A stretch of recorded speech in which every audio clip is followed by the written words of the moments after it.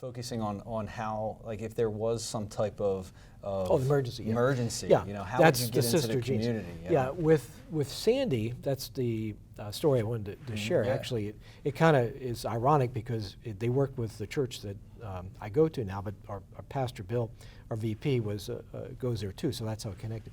They need to get people off the mainland, so to the mainland from the shore, obviously because of danger. Yeah. So they took about 400 or 500 people to our church that provided the cots and the sleeping accommodations to where it was safe to come back here. Okay. That they knew to come to the mission because the mission would supply help, and we found a place, a safe haven for folks to get out. But I guess the key is what I was saying before, being prepared and being organized and having the supplies necessary to take care of whatever needs that might come up. Like anybody else, you want to be prepared. Absolutely. Well, preparation is key. I think really one of the other things I'm thinking is that there's always going to be also a stigma that comes with this. Mm-hmm. Like we talked about before, nobody plans to be in this situation. Right. Nobody plans to say, you don't wake up one day and say, I think tomorrow I'm going to need the resources available from the Atlantic City Rescue Mission. But how do you combat that? How do you combat those people that are probably struggling with the fact that I do have a need, however, there's that stigma attached that I don't want to be seen as being weak and needing the services that you provide. Yeah, awfully good question. The biggest challenge of that is of folks who don't really feel that they're comfortable coming. And that may be more from the housed poor standpoint than the homeless. Because the way I put it, if you're housed poor, you're back against the wall. But if you're homeless, you're already through the wall. Yeah. You need help, and you just have to, so you come.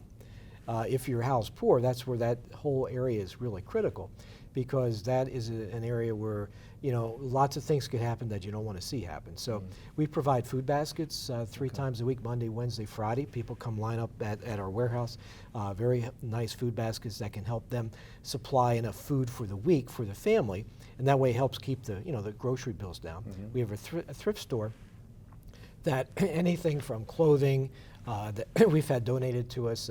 Our first donation, I want to talk about our clothing in a little bit, but goes to our clients, the people that we're taking care of in-house.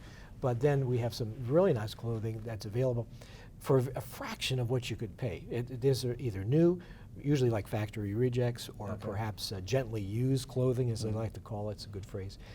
That you can come in, anything from diapers to toothpaste to whatnot, and buy it for pennies on the dollar. And the only reason we charge something, one is the pride of the house poor. They want to be paying something, but the other thing is help offset our utility costs, which unfortunately we don't get a break. We pay the same as casinos or anybody else in terms of electric and gas and all that. It's not like, oh, you're a nonprofit, so you get 25% off. No, we have to pay our bills, so that's big. But that's how the housed poor area is one for me. Now, the ultimate, once they're in, total security, total confidentiality. That's where once they don't have to worry about, I'm going to be seen as such and so. Well, yeah, other clients maybe, but not to the public. Their neighborhoods or anything else, they don't really, very secure. If someone calls, and, is Bob Franklin here? No, we'll take a message, but we'll say we can't say confirm if that person's here or not. If that person was here, we'll be happy to give them the message, and it's up to them if they want to return the call or not. But we can't say, we have battered women in our facility. We have accommodations of about 300 people on any one given night, which includes 11 families and 18 children in our Family Life Center that's incorporated within the mission. Every floor is secure, totally key access to go, only the staff has that. And the Family Life Center and the women's area is totally separate from the men, just from security reasons. A lot of the women and the families we have are from battered situations. Very well protected, very nice private accommodations for the families, and the women and the men had like dormitory style together. But we're all working. If they're with us, they need to be working. Either we provide the jobs or we find them the jobs. That's part of the rehabilitation, if you want to call it, or return to wholeness, is to get them back out in the workforce and help them continue to get a job and keep a job.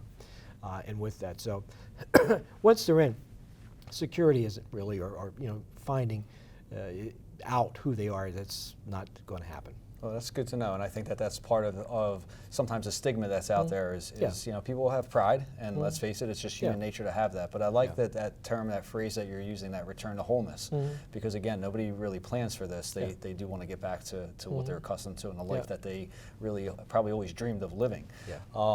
So the most important part, especially for those people that are watching, whether they're in need of the resources that you provide or they know somebody that is, can you share with those that might be viewing this and provide information in regards to how they would go about getting these resources, where they can find an Atlantic City Rescue Mission information, how would they go about that? Yeah, if they have access to internet, is actually the most convenient. I use online all the time whenever I can. It's just convenient. You don't have to wait for voice prompts and anything else, which can sometimes lead you into oblivion. Press well.